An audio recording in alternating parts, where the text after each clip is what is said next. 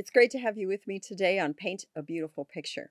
This is episode number 152, Affectionately Saying Yes. I looked it up. I'm not even going to tell you the statistics because it's mind-boggling, and I think it might be good for you to look them up, frankly. Kids hear the word no hundreds, if not thousands, of times a day. From about the time they start to crawl and they get into everything known to man, and they want to put it into their mouth, and they want to take it apart, and they want to manipulate it with their hands, and they want to touch it, and they want to tear it up. They hear no, no, no, no, no, no, no, no, no, no, no, no, no. That's what they hear. And they literally usually hear it till they're 3 or 4 years old. And it isn't any wonder that kids learn how to say no. Often certain kids, it's the second or the third word they learn, and they say it with great verbal strength behind it. No! Uh, and when you're trying to get them to cooperate with you when they're around 2 or 3, and all they ever respond to you is no, no, no, no, there is not one thing about that that is surprising or shocking. Today, we're going to talk about how to affectionately say yes. As much as possible when they're small, if you can, learn to modify your vocabulary. Rather than saying no to them a billion times, knowing that you're going to have to say it quite a number, learn to say yes. So you take their little hands off of whatever they're not supposed to touch, and you'll say, yes, you can play with this toy. Yes, we can read this book. Yes, let's go outside and go on the swings. Or, yes, let's go outside and take a walk. Yes, you can play with your puppy outdoors in the snow. Yes, you can. Yes, you can put on your snowsuit. Yes, you can wear yellow boots, even though it's not rainy, but you like them. Yes, you can. Yes, you can have an apple with peanut butter for a snack. Yes, I know you just ate lunch half an hour ago, but you're feeling hungry. Yes, you can have a little bit more. Say yes. I mean, say yes as often as you can. Understanding that it literally does change the chemicals inside of their brain. For some people, saying no, no, no brings up the rebellion in them. Every human heart has rebellion in it. I know we don't always like facing that reality, but you don't have to teach a kid to lie. You don't have to teach a kid to hit his brother. You don't have to teach a kid to, take that thing that they really wanted straight out of their friend's hands and go, it's mine, even if it isn't, or I wanted that.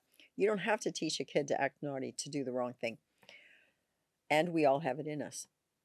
You do have to foster positivity, and you do have to foster willing cooperation in a child.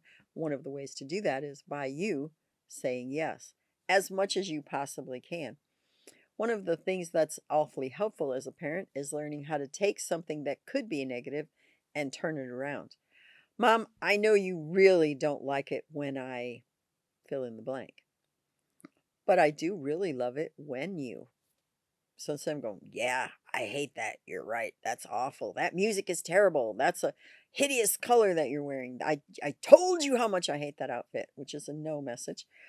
But I really love it when you do your hair. I really like it when you wear that belt. That's super cute.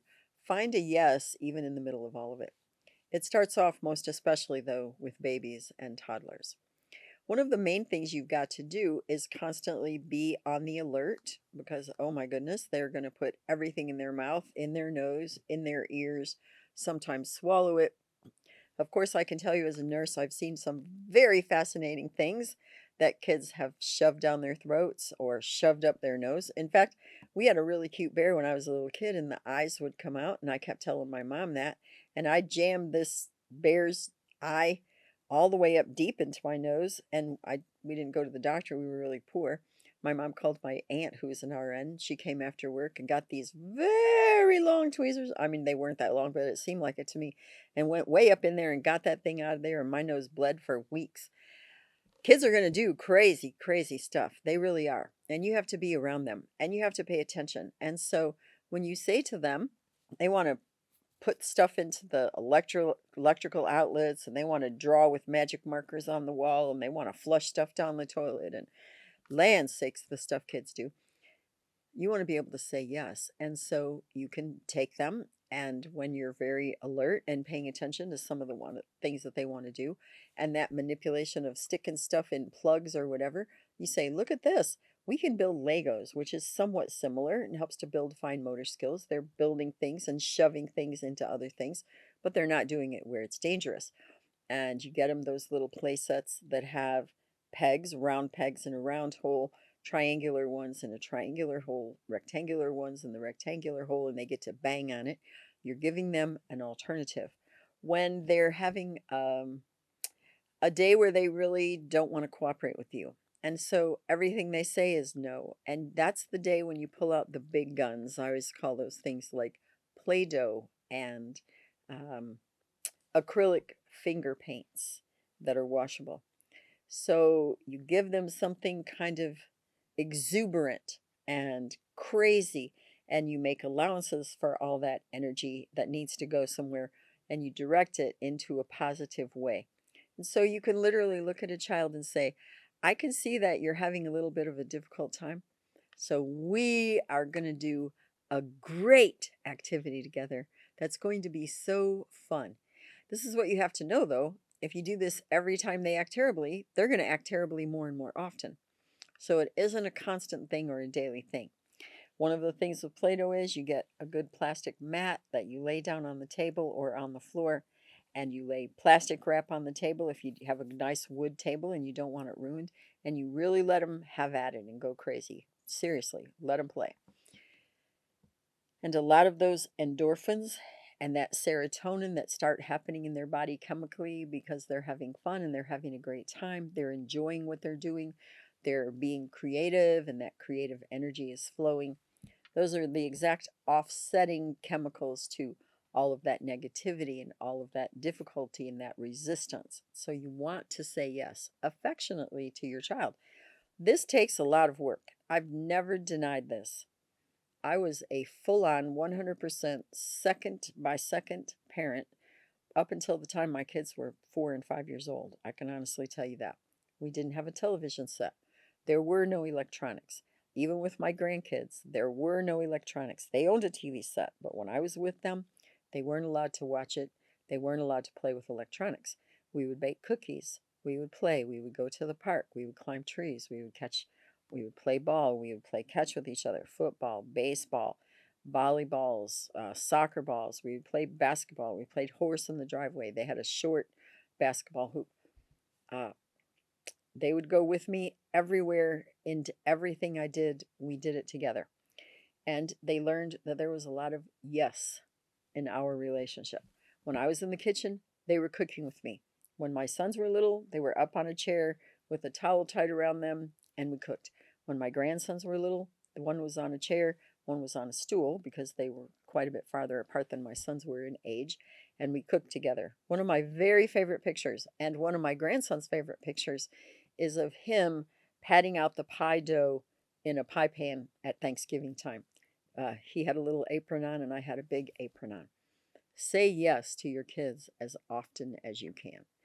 It is a great opportunity for you to grow close together and for your child to believe that you are on their side.